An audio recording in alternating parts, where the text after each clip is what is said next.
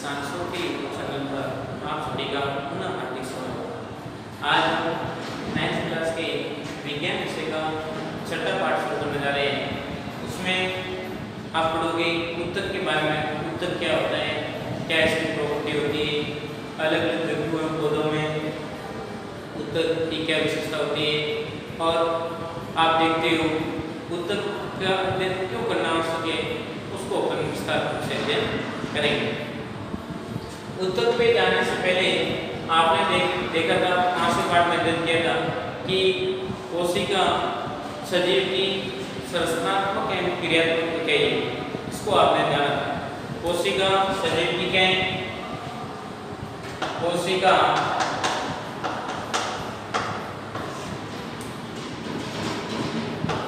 सजीव की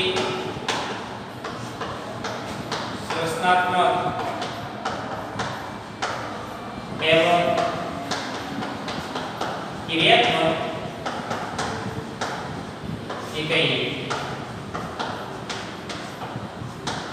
इसको पांचवें पाठ में पढ़ा, अभी भी पढ़ रहे हैं। क्यों पढ़ रहे हैं कि आप जानते हो शरीर की सबसे छोटा सा पार्ट क्या होता है? कोशिका। और कोशिका के आधार पर जीवों को अलग अलग कैटेगरी में बांटा है, उसको भी आप जानते हो। कोशिका के आधार पर जीवों को दो कैटेगरी में बांटा था, एक तो एक कोशिकीय और एक था बहुकोशिकीय। एक था एक कोशिकीय और दूसरा आपने पढ़ा था बहुकोशिकीय।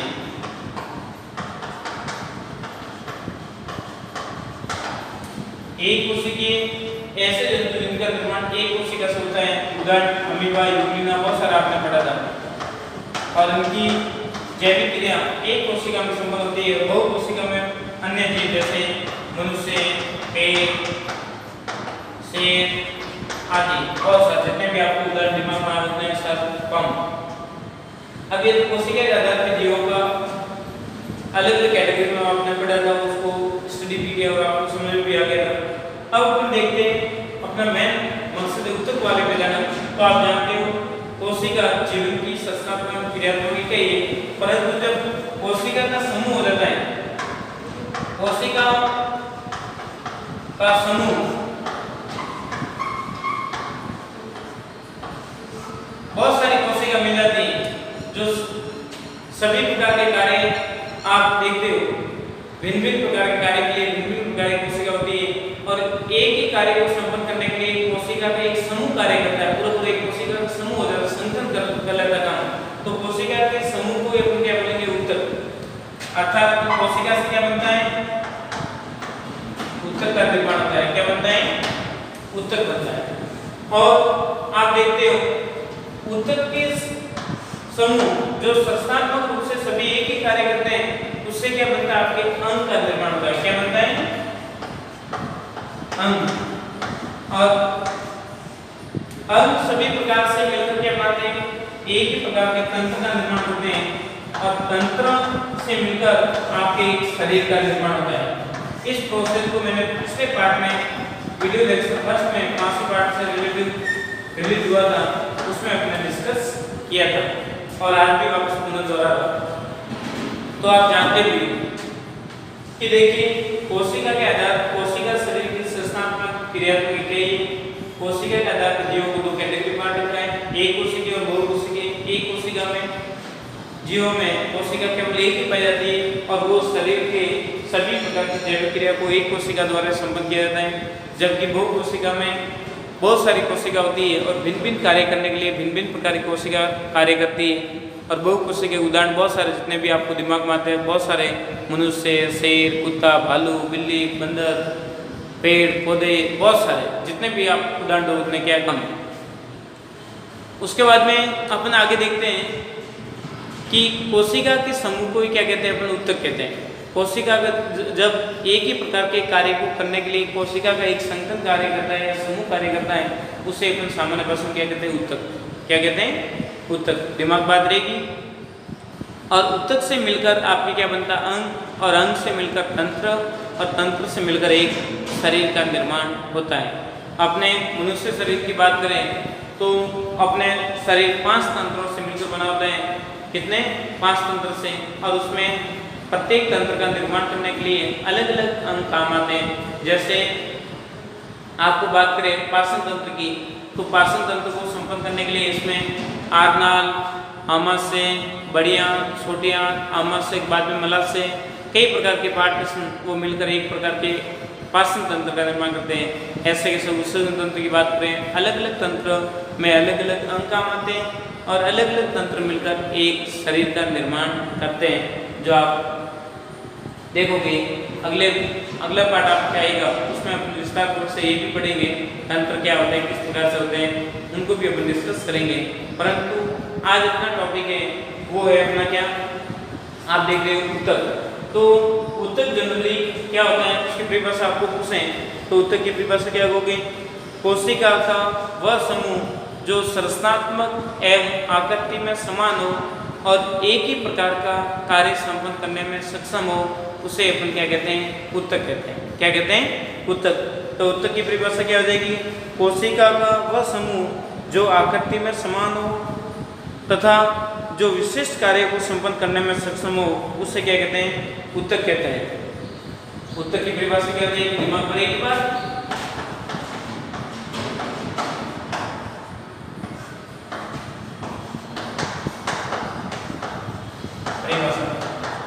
तो अपन देखते हैं कोशिका का वह समूह जो संरचनात्मक व आकृति में समान हो तथा विशिष्ट कार्य को करने में सक्षम हो,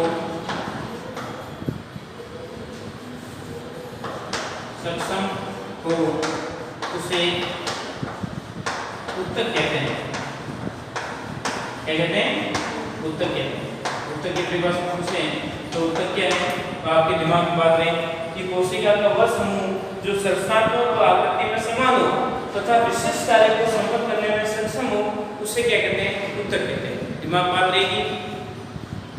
आगे देखेंगे ऊतक शब्द की उत्पत्ति एक फ्रांसीसी भाषा से हुई है, जिसका सामान्य अर्थ होता है किसी चीज का निर्माण होना, किसी चीज का निर्माण होना। कोशिका के समूह का निर्माण होना वही एक प्रकार का क्या है, ऊतक निर्माण है। वही क्या प्रकार का ऊतक निर्माण। पहले आप इसका स्क्रीनशॉट लीजिए, फिर अपने मेट्रो को आगे बढ़ा रहे ऊतक को देखिए। आपने स्क्रीनशॉट ले लिया होगा, देखिए आगे आप देखते हो ऊतक शब्द सबसे पहले आप देखते हो ये फ्रांसीसी भाषा से लिया गया है और इसका सामान्यतः अर्थ क्या होता है, संरचना या निर्माण, किसी चीज की संरचनात्मक आधार होना या निर्माण के लिए मुख्य भूमिका निभाने का कार्य करता है। तो आप देखते हो ऊतक शब्द की उत्पत्ति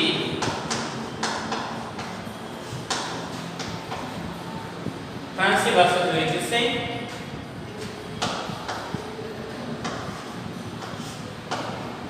फ्रांसीसी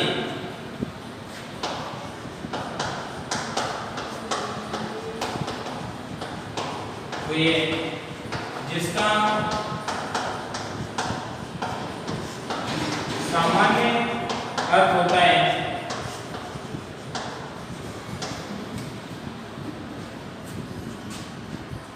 निर्माण या उत्पत्ति या संरचना।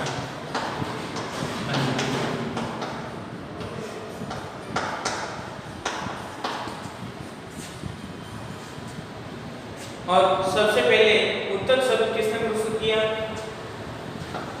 ऊतक की खोज किए, ऊतक की खोज करने का काम किया वैज्ञानिक बेसेट ने। किसने, बेसेट नाम का फ्रांसीसी वैज्ञानिक था, जिसने उत्तक शब्द की खोज की किसने? पेसेक्स ने। पेसेक्स।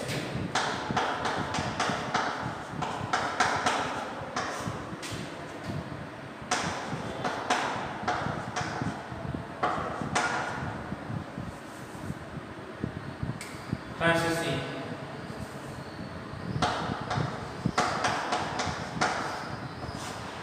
फ्रांसीसी या जो भी आप लैंग्वेज के ऊपर देखें इसको आप वर्ड को सेट कर लेते हैं। फ्रांसीसी सिस्टम कंफ्यूज हो जाए।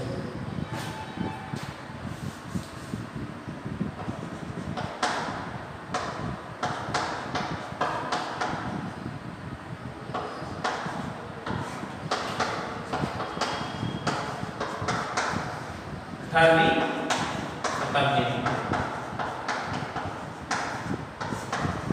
उत्तक शब्द की खोज बिसेट ने फ्रांसीसी वैज्ञानिक ने बिसेट फ्रांसीसी ने 18वीं शताब्दी में की थी। अब उत्तक का अध्ययन किसमें किया जाता है? हिस्टोलॉजी में। हिस्टोलॉजी आपको पूछे हिस्टोलॉजी क्या है?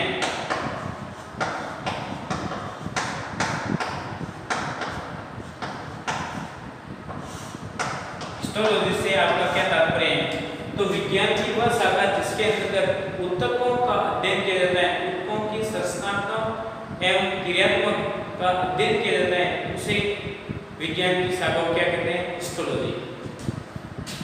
विज्ञान की वह शाखा जिसमें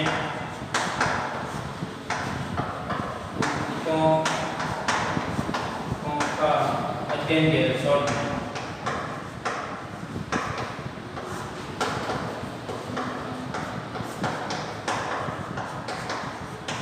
उसे हिस्टोलॉजी कहते हैं। क्या कहते हैं?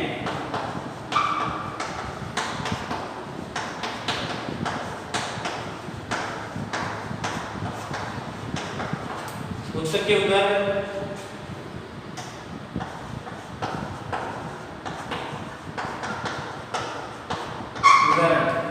तो रक्त, अस्थि,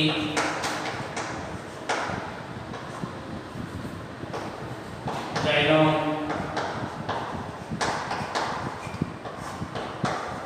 लोम, तंत्रिका,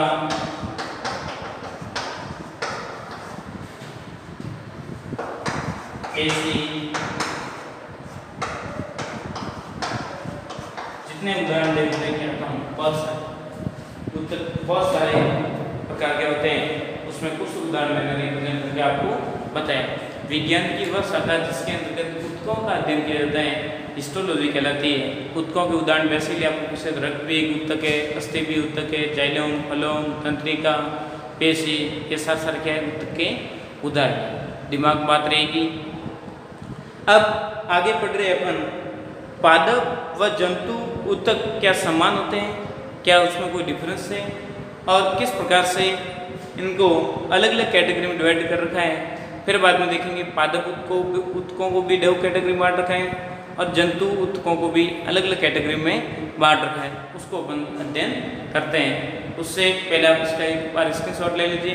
फिर अपन अपना टॉपिक रहेगा पादप एवं जंतु उत्तक में क्या अंतर है। देखिए आप डिस्कस कर रहे हैं पादप एवं जंतु कोशिका में विभिन्न प्रकार के उत्तक होते हैं। अब देखिए पादप उत्तक एवं जंतु उत्तक में क्या कोई डिफरेंस होता है? तो आपको उससे पादप एवं जंतु में क्या अंतर है? तो आप सब जानते हो पादप एवं जंतु कोशिका में बहुत सारा अंतर है, जिसको अपन ने इसलिए वीडियो लेक्चर में रिलीज करके भी आपने देखा था कि पादप कोशिका में जंतु कोशिका में भी अंतर है और शारीरिक और बनावटी दोनों रूप से आपके अंतर है। इंटरनल देखें तो भी अंतर और बाहरी रूप से देखें तो भी उसमें बहुत सारा अंतर है। पादप अपना भोजन स्वयं बनाता है जबकि अपन भोजन अपना स्वयं नहीं बना सकते हैं। अपन गति करते हैं जबकि पादप गति नहीं करते। पादप स्थिर अवस्था में गति करते हैं जबकि अपन मूवमेंट करते हैं, हिलते रहते हैं, कहीं भी रहते हैं।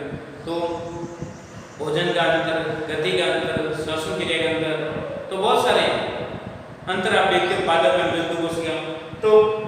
पादप उत्तक एवं जंतु उत्तक में भी क्या होगा, अंतर देखने को मिलता है, क्योंकि उनकी क्रियाशीलताएं बनावट अलग होती है और अपनी भी क्या होती है, अलग होती है, जिसको आप जानते भी हो और आपको पता भी है उसे तो बताना। जंतु कोश पादप कोशिका एवं जंतु कोशिका में जितना अंतर है उसी का अकॉर्डिंग पादप उत्तक एवं जंतु उत्तक में भी अंतर देखने को मिलता है। पादप उत्तक जीवन भर वृद्धि एवं गतिशील अवस्था बनाए रहते हैं, जबकि जंतु उत्तक जीवन भर के लिए वृद्धि नहीं करते हैं। आपकी आयु जब आप छोटे थे उससे लेके आपकी निश्चित आयु तक जितनी वृद्धि करनी होती है उतनी आप वृद्धि कर लेते हो और उसके बाद में आपकी वृद्धि क्या रुक जाती है। परंतु पौधों में क्या ऐसा होता है, नॉट पॉसिबल। पौधे पूरे जीवन भर तक वृद्धि करते रहते हैं, जब तक वो जिंदा है वो फैलता जाता है, उसकी ब्रांच बढ़ती जाती है और उसमें अनियमित वृद्धि होती है। कैसे होती है, अनियमित, जबकि अपने में क्या होती है, नियमित वृद्धि होती है। ऐसा नहीं होता कि एक पेड़ में इतना और एक पेड़ आपके इतना लंबा हो गया, ऐसी वृद्धि नहीं होती ना, आपके सिस्टमेटिक वृद्धि होती है। एक पेड़ तो आपके इतना होगा और दूसरा पेड़ इतना लंबा हो गया, ऐसा होता है क्या, नहीं। अपने में समानता के आधार पर समान गति से समय के अनुसार सभी अंगों में समान वृद्धि होती है, परंतु पादप में ऐसा नहीं होता है, क्योंकि पादप उत्तकों में डिफरेंस है।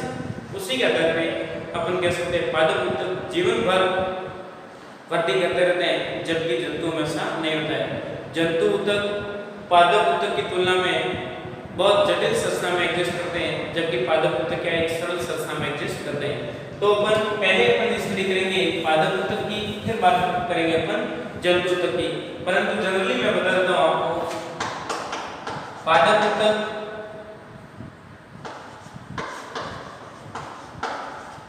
जो पादप में पाया जाता है आप जानते हो, इनको दो कैटेगरी में डिवाइड कर रखा है। कितनी, दो कैटेगरी। एक तो आप देखोगे विभाजित उत्तक,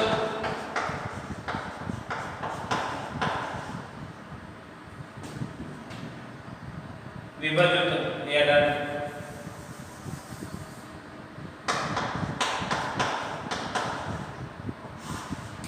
विभाजित उत्तक और दूसरा हो जाएगा स्थायी उत्तक। स्थायी उत्तक के अंदर दो कैटेगरी है, आप देखोगे एक तो जाइलम और एक हो जाएगा हेलम। जबकि जंतु उत्तक देखोगे, जंतु उत्तक भी दो प्रकार के होते हैं। जंतु उत्तक भी कितने प्रकार के होते हैं, जंतु उत्तक भी दो प्रकार के होते हैं। एक तो होते हैं सरल उत्तक,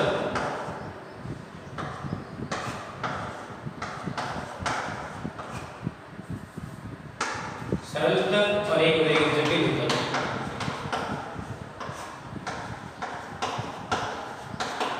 इनको भी अपन स्टडी करेंगे। तो पहले अपन देखेंगे पादप उत्तक को। पादप उत्तक में पहले पढ़ेंगे अपन विभाजित उत्तक। विभाजित उत्तक क्या होते हैं, मतलब ये विभाजित उत्तक रहते हैं, पादप वृद्धि को क्या करते हैं, बढ़ाने का काम करते हैं। विभाजित उत्तक बार बार विभाजित उत्तक रहेगी, कोशिका क्या होती रहेगी, बार बार विभाजित होती रहेगी और ये क्या होते रहते, बढ़ते रहते हैं। और ये पादपों में कहाँ पाए जाते हैं, और ये उत्तक की अनुपस्थिति कर दी जाए तो पादप पर क्या इफेक्ट देखने को मिलता है, उसको अपन डिस्कस कर रहे हैं। तो देखिए पहले अपन पढ़ रहे हैं विभाजित उत्तक को। विभाजित उत्तक को अपन एक प्रयोग द्वारा आपको समझाता हूँ, फिर अपन स्थायी उत्तक के बारे में बात करेंगे। तो पहला अपना बिंदु है पादप उत्तक के अंतर्गत विभाजित उत्तक। देखिए विभाजित उत्तक क्या होता है, पादप कोशिका में इस प्रकार के उत्तक पाए जाते हैं जो पादप वृद्धि को डायरेक्ट इनडायरेक्ट क्या करते हैं, प्रभावित करने का कार्य करता है। अर्थात उनके वे उत्तक जो बार बार विभाजित होकर पादप वृद्धि को बढ़ाने का कार्य करते हैं, अर्थात पादप की हाइट को क्या करते हैं, बढ़ाते हैं, उसको बोलते हैं विभाजित उत्तक के अंतर्गत स्टडी करते हैं। एक एग्जाम्पल के रूप में आप देखते हैं विभाजित उत्तक किस प्रकार से पादप वृद्धि को इफेक्ट करते हैं। तो इसके लिए एक प्रयोग है,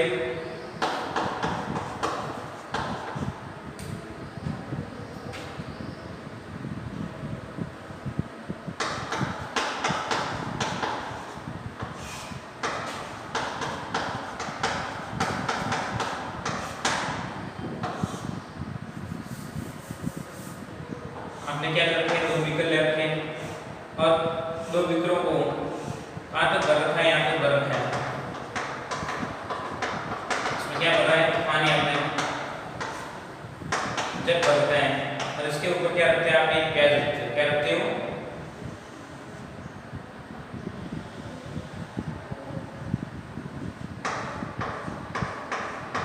प्याज की ये जड़ें जो पानी में क्या हो, डूबे, इस प्रकार से इसको क्या करना है, व्यवस्थित रूप से व्यवस्थित करना, सेट करना।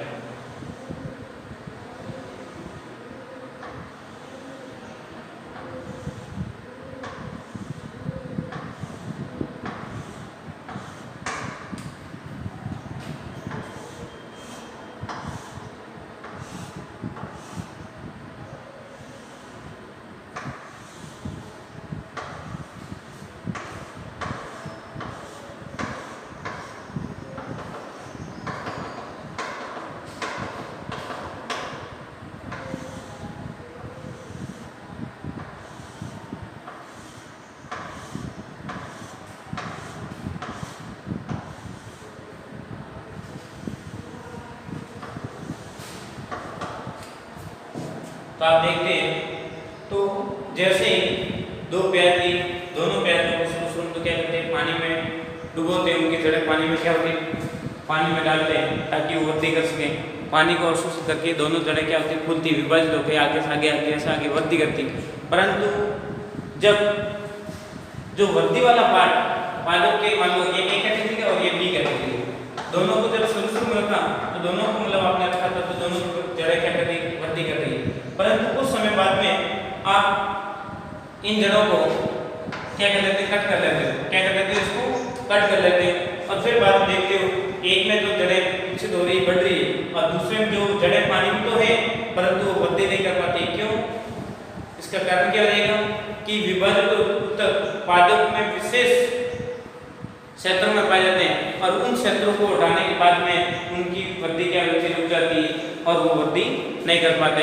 इसी के अकॉर्डिंग अपन देखते हैं विभाज्य ऊतक होते हैं वो किस प्रकार से कार्य करते हैं, उनको अपन स्टडी के रूप में अध्ययन करेंगे। तो देखोगे आप क्या होता है विभाज्य ऊतक, हिंदी में बट में थोड़ा सा ब्रेक बोलना है। विभाज्य ऊतक